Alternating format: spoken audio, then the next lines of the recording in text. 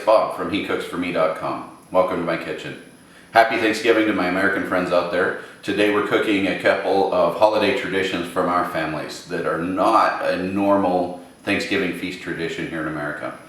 So the first is a red cabbage side dish that came with my mother-in-law from Germany. The other is a cauliflower au gratin that my mom likes to cook for holiday meals. Cheesy cauliflower au gratin instead of a potato au gratin. Very tasty as well. The links for the other recipe will be below so that you can see exactly how to make both of them if either one of them is of interest to you. For our red cabbage today, we have several ingredients: cloves, bay leaves, and these are juniper berries. We had a tough time finding these, but found them at a specialty grocery store in a bulk food section. This is a Crisco shortening, Granny Smith apple, yellow onion, and of course the red cabbage, and then just granulated white sugar and cider vinegar. So the first steps on making the cabbage is the Granny Smith apple we peeled. The onion is peeled, and we're only going to use 1/4 of that onion. Both of these get just finely chopped, so you want to get them really small pieces. The red cabbage, I'll show you a little bit on that because it is a bit different. You want to cut the back end off. So I'm cutting the red cabbage into quarters so that they are just like cabbage wedges. If you were doing iceberg lettuce or something, you'd serve that as a wedge salad. And then what you do to get these ready is just as thin as you can slice them. You don't really want a piece that is really thick like that because they are a little bit bitter, and it's going to be just too big of a piece to get completely done.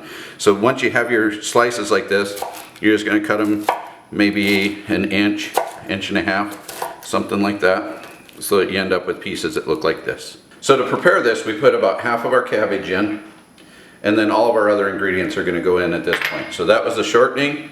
Here's the onion, apple, the 3 bay leaves just kind of spaced out. We have the cider vinegar, cloves, and the juniper berries. The sugar just kind of sprinkled all over. And then the last half of the red cabbage on top.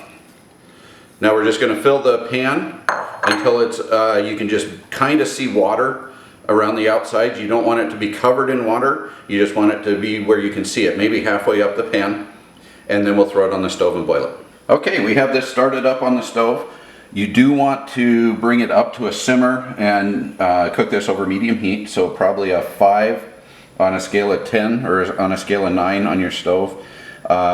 You want to bring it up to a simmer. You're going to stir it often with a wooden spoon, and just to make sure that the cabbage gets to all be under the liquid to soften up. And you're also going to cook it with the lid on. So our cabbage is now boiled for almost 2 hours. We've tasted it. I think it needs a little bit more flavoring to it, but I'm not sure exactly what to do with it.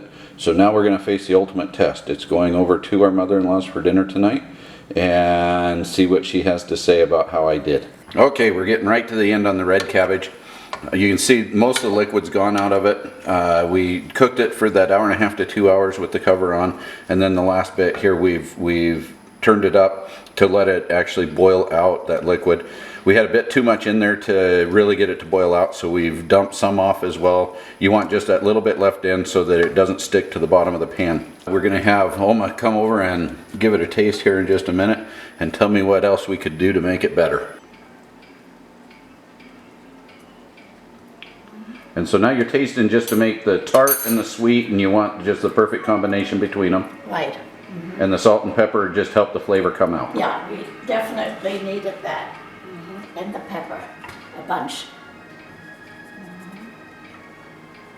Yeah, because otherwise it's too vinegary and too sweet. I've had quite a bit of freshly ground pepper, and I would just now cook it. I think it's good. So now we just simmer it down till it's almost completely out of liquid. True. Okay. A little bit higher, so that you can see it and stir it frequently, and it's ready. Thanks for watching. If you enjoyed this video, please give me a thumbs up, leave a comment, and consider hitting that red subscribe button. It really helps if you can share my videos with friends and family that might be interested, or watch some of the other videos on my channel. I hope this dish, or one of my other featured dishes, finds its way into your kitchen soon.